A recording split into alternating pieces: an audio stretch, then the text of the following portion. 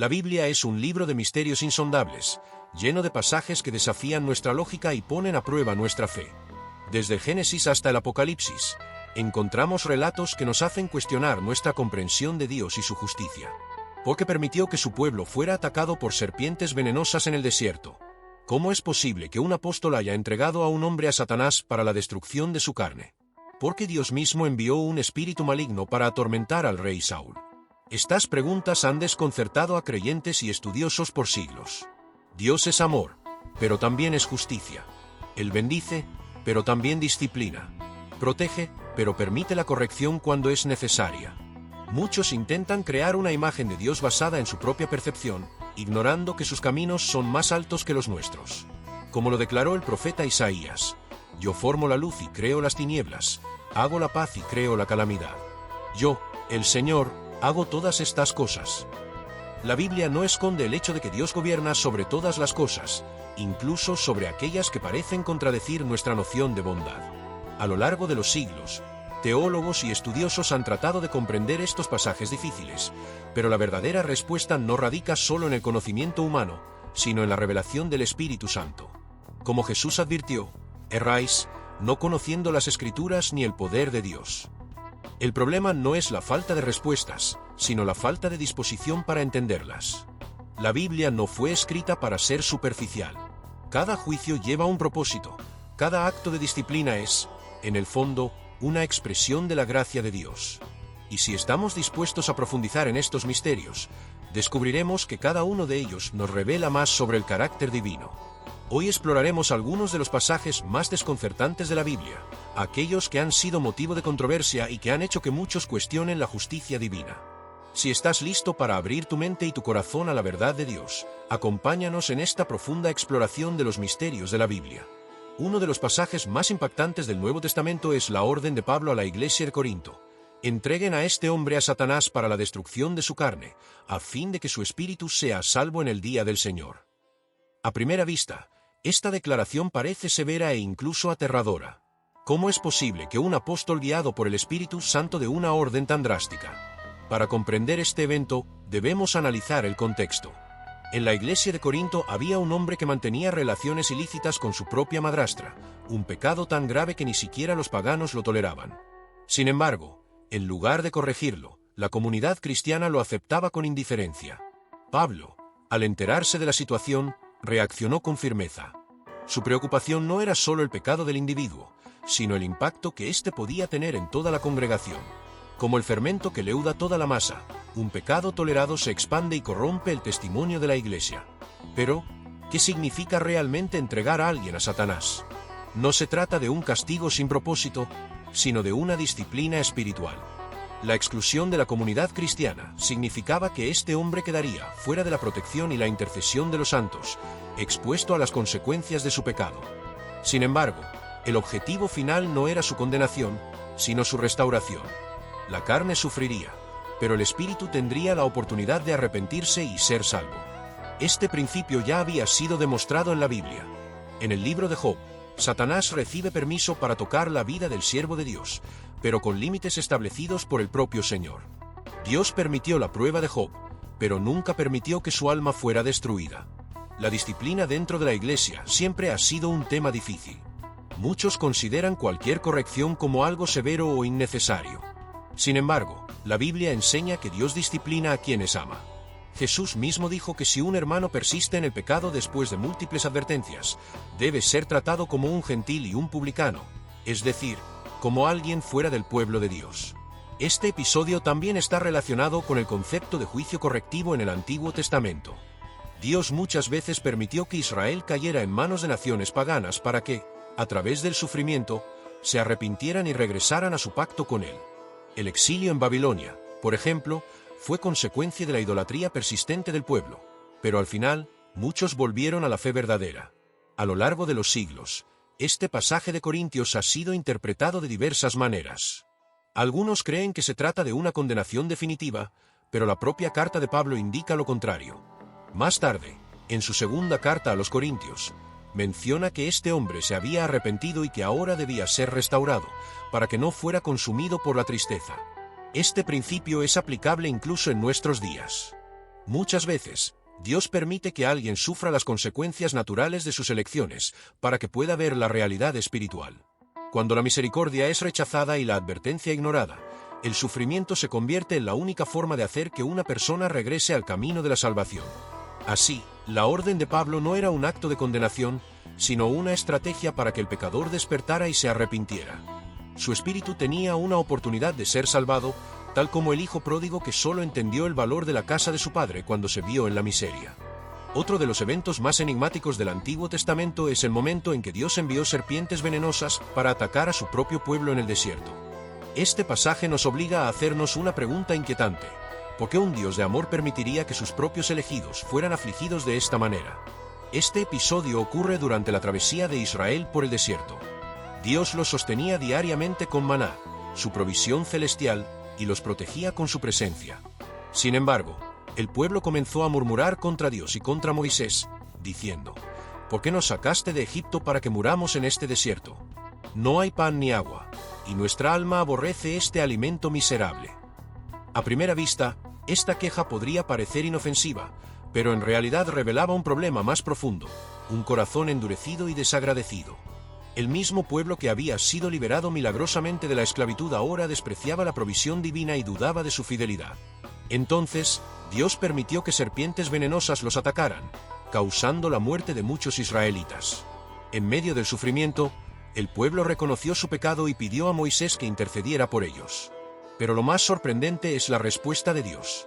En lugar de eliminar las serpientes, instruyó a Moisés para que hiciera una serpiente de bronce y la colocara en un asta. Todo aquel que sea mordido y mire a la serpiente, vivirá. Esta solución parece extraña, pero siglos después, Jesús mismo la relacionó con su misión en la cruz. Como Moisés levantó la serpiente en el desierto, así es necesario que el Hijo del Hombre sea levantado, para que todo aquel que en él cree, no se pierda, sino que tenga vida eterna. Este episodio con las serpientes ardientes nos deja una enseñanza profunda. Dios, en su justicia, permitió la aflicción del pueblo para llevarlos al arrepentimiento, pero en su misericordia, les proveyó una salida. No eliminó el problema de inmediato, sino que les mostró que la salvación vendría a través de la fe y la obediencia. De la misma manera, la cruz de Cristo es el único remedio contra el veneno del pecado. El ser humano, contaminado por su propia rebeldía, necesita mirar a Cristo crucificado para recibir sanidad espiritual. No es una solución lógica según nuestra perspectiva, pero es el camino que Dios ha establecido. Este evento en el desierto nos revela el equilibrio perfecto entre la justicia y la gracia de Dios. Él disciplina porque ama, y a través de esa corrección, llama a su pueblo al arrepentimiento. Esta verdad nos lleva a otro de los misterios más impactantes de la Biblia: la declaración de que Dios creó al destructor para devastar. La Biblia nos presenta un Dios de amor y misericordia, pero también un Dios de justicia y juicio. En uno de los versículos más desconcertantes de las Escrituras, Dios declara: yo creé al herrero que sopla las brasas en el fuego y forja una herramienta para su propósito, y yo creé al destructor para devastar. Isaías 54, 16. A primera vista, esta declaración parece desafiar la imagen de un Dios que solo protege y edifica. ¿Cómo entender que el mismo Creador generó a un ser cuya función es destruir? Desde el principio, Dios ha demostrado ser soberano sobre toda la creación. Él formó todas las cosas, tanto los ángeles como los hombres, y gobierna sobre todo lo que existe. Sin embargo, esta declaración en Isaías revela una verdad que muchos pasan por alto: Dios no solo crea el bien, sino que también permite la existencia de fuerzas destructivas para cumplir sus propósitos. Esto significa que la destrucción, en ciertos momentos, forma parte del plan divino. La Biblia nos muestra que Dios ha usado instrumentos de juicio para corregir naciones y personas a lo largo de la historia. En Egipto, un ángel destructor pasó por la tierra y mató a los primogénitos de quienes no estaban protegidos por la sangre del Cordero. En el cerco de Jerusalén, un solo ángel eliminó a miles de soldados asirios, librando a Israel de la destrucción. En el libro de Apocalipsis, vemos ejércitos de seres sobrenaturales desatados como instrumentos del juicio divino sobre la tierra. La creación del destructor nos enseña un principio espiritual fundamental: Dios gobierna incluso sobre aquello que parece estar fuera de control. Nada ocurre sin su permiso. Cuando permite la acción de algo destructivo, hay un propósito detrás. El libro de Jeremías nos muestra que Babilonia fue usada como un martillo de Dios para disciplinar a Israel. Aunque era una nación pagana, Dios la levantó como un instrumento de juicio contra un pueblo que se había desviado. Pero al final, Babilonia también fue destruida, porque Dios no tolera la maldad indefinidamente.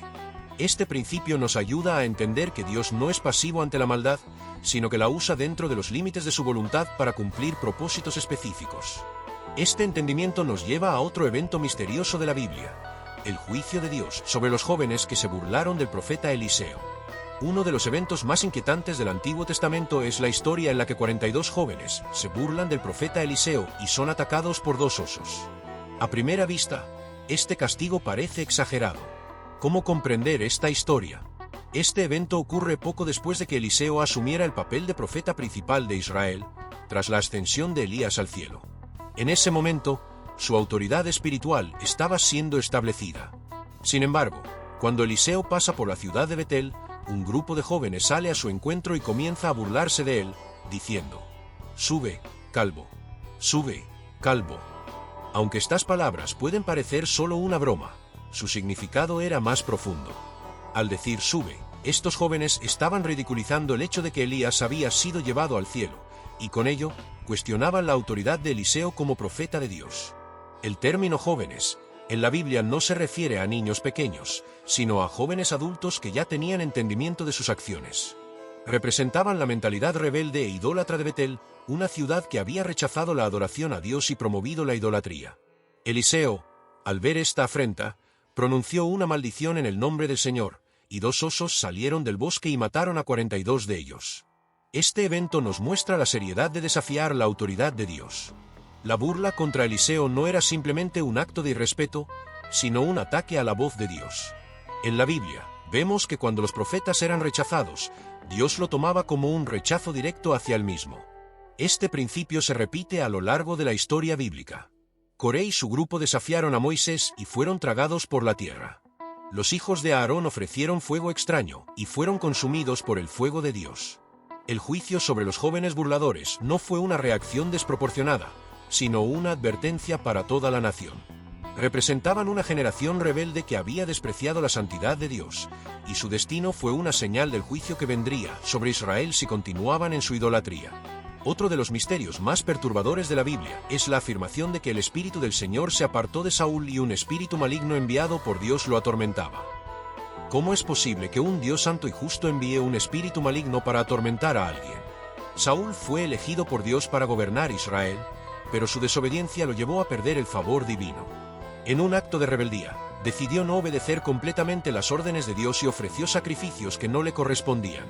Como consecuencia, Dios retiró su espíritu de él, y en su lugar, permitió que un espíritu maligno lo atormentara. Este evento nos muestra que cuando alguien persiste en el pecado y rechaza repetidamente la presencia de Dios, se vuelve vulnerable a influencias destructivas. Dios no creó el mal ni lo incitó, pero en su juicio, permitió que Saúl experimentara las consecuencias de su alejamiento. Este principio se ve en otras partes de la Biblia. En el libro de Jueces, Dios envió un espíritu de división entre Abimelec y los habitantes de Siquem, lo que llevó a su destrucción.